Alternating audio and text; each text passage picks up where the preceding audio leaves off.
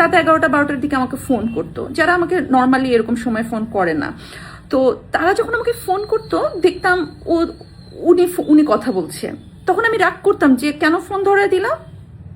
ওখান থেকে বের হয়ে ওরা আমাকে বলতো যে শোনো, রাত 11টার পরে ফোন দিলে তুমি ধরবা না আমাদের ফোন, তুমি বুঝবা যে উনি আমাদের সামনে আছেন। তো আমি এমন কারো কাছে নাই, আমি যাই নাই, আমি সাহায্য চাই নাই। আমি বলেছি যে উনি আমাকে ডিস্টার্ব করতেছেন, উনি আমাকে থ্রেট দিচ্ছেন। কিন্তু সবার একটাই কথা ছিল যে উনি তো আসলে মন্ত্রী, উনার কি করব, বা কোন পুলিশের কাছে আসলে মানে আমি রিচ করতে পারি নাই কাউকে। সে সময় মাননীয় প্রধানমন্ত্রী শেখ হাসিনাকে আমি রিচ করতে পারি নাই। তার যদি সম্ভব হতো আমি তাকে রিচ করতে পারতাম, আমি তাকে ফোন করে বা আমি তাকে টেক্সট করে জানাতে পারতাম যে এটা, অবশ্যই তিনি তখন ব্যবস্থা নিতেন, আমি বিশ্বাস করি। কিন্তু যেহেতু তখন আমি পারি নাই, সো এটা আমাকে খুব পোলাইটলি আমাকে হ্যান্ডেল করতে হয়েছে। আমি ফোনে তাকে গালিগালাজ করতে পারি নাই। তখন আমার পাশে রকিব ছিল না, রকিব থাকলে অ্যাটলিস্ট রকিব হয়তো বা গালিগালাজ করতে পারতো। তখন এমন কেউ ছিল না যে উনাকে, যে তার বউকে ডিস্টার্ব করতেছে এজন্য একটা মন্ত্রীকে গালিগালাজ করবে বা তার বিরুদ্ধে কোনো অ্যাকশন নেবে। বা সো আমি নিরুপায় ছিলাম, আমি আমার মতন করে হ্যান্ডেল করেছি। আমি যেভাবে সেফ হওয়া দরকার আমি সেভাবে সেফ হয়েছি। আপনারা বলতে পারেন যে ওই পাশ থেকে গালিগালাজ করছে, তুমি তো হেসে হেসে কথা বলেছ, তো আমি কিভাবে কথা বলবো? আমি কি উনাকে গালিগালাজ করব, পরে আমার কোনো ক্ষতি হয়ে গেলে তখন আপনি মানে দায়িত্ব নিতেন না?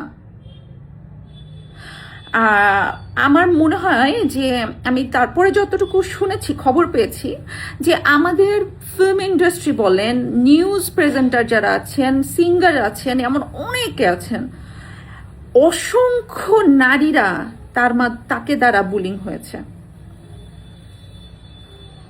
সো এটা আপনারা বুঝবেন না। আমার মনে হয় আপনারা মানুষ না, আপনারা অমানুষ। যদি অমানুষ না হতেন, একটা বাচ্চাকে নিয়ে কথা বলতেন না, একটা নারীকে এইভাবে অসম্মান আপনারা করতে পারতেন না।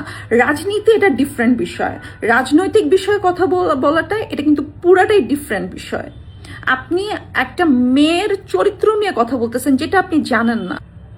আপনারা যে একটা ছোট বাচ্চা, একটা মাসুম বাচ্চা, একটা ফেরেশতাকে নিয়ে ট্রল করতেছেন, আমাকে বুলিং করতেছেন, আপনাদের মনে হয় না? আপনাদের ভয় করে না? আপনারা মুসলমান না? আপনাদের আল্লাহ নাই? আপনাদের ভবিষ্যতে বাচ্চা কাচ্চা হবে না? অথবা আপনার বোনের বাচ্চা কাচ্চা হবে না? আপনার ভাইয়ের বাচ্চা কাচ্চা হবে না? আপনার নিজের বাচ্চা কাচ্চা হবে না? আপনার মনে হয় না যে আপনার এই কথাটাতে আল্লাহ অসন্তুষ্ট হয়ে আপনার বাচ্চাকে অটিস্টিক বানাইতে পারে, অথবা আপনাদেরকে কোনোদিন বাচ্চা নাও দিতে পারে, অথবা আপনার বাচ্চাকে অসুস্থ বানাতে পারে? এটা তো কার্মা, এটা কিন্তু প্রকৃতি কিন্তু শাস্তি দেয়। ধরেন আমি অনেক বড় অন্যায় করেছি, আমার বাচ্চা তো কোনো অন্যায় করে নাই। আমার বাচ্চা অন্যায় করেছে? আমার বাচ্চা দেখতে যেমন হোক, আমার বাচ্চা আমার কাছে রাজপুত্র। আমার বাচ্চাকে আপনারা যেভাবে বুলিং করতেছেন, আমার বাচ্চাকে নিয়ে কথা বলতেছেন, আল্লাহ সইবে না।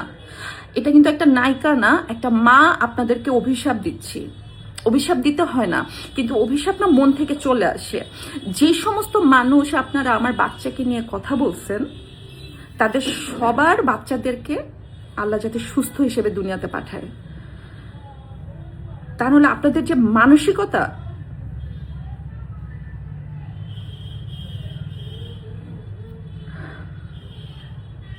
আরেকটা বিষয়, আপনারা কি ভেবেছেন আমাকে এগুলো বললে, আমাকে বুলিং করলে আমি আওয়ামী লীগ নিয়ে কথা বলবো না, আমি শেখ হাসিনাকে নিয়ে কথা বলবো না? আচ্ছা, আমি কোথা থেকে শুরু করব আমি আসলে বুঝতে পারতেছি না। আপনাদের মাথায় কি সামান্য ঘিলু নাই?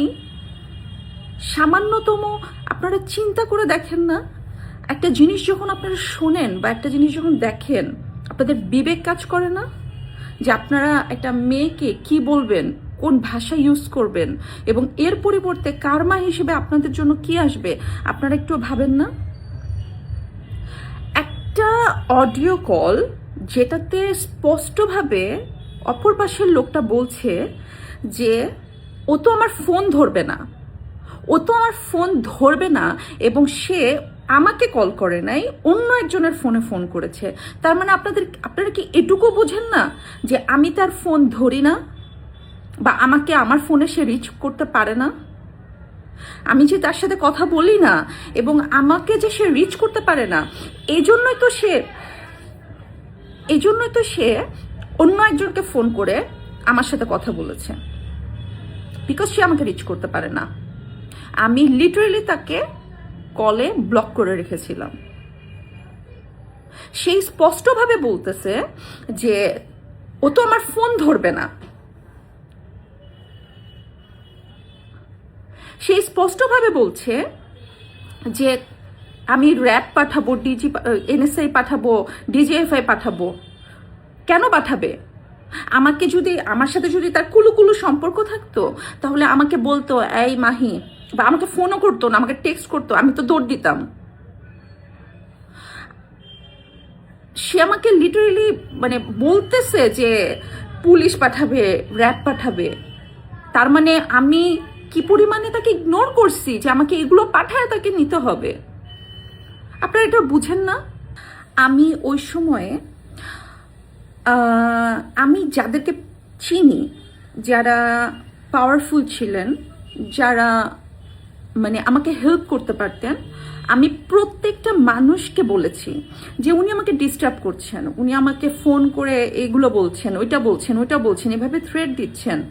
আমার কলিগরা আমাকে ফোন করে বলেছে যে শোনো, রাত 11টার পরে যদি আমরা ফোন দিই, কারণ আমার এমন অনেক কলিগকে দিয়ে, মানে আমাকে যখন সে রিচ করতে পারতেছে না, তখন আমার অনেক কলিগ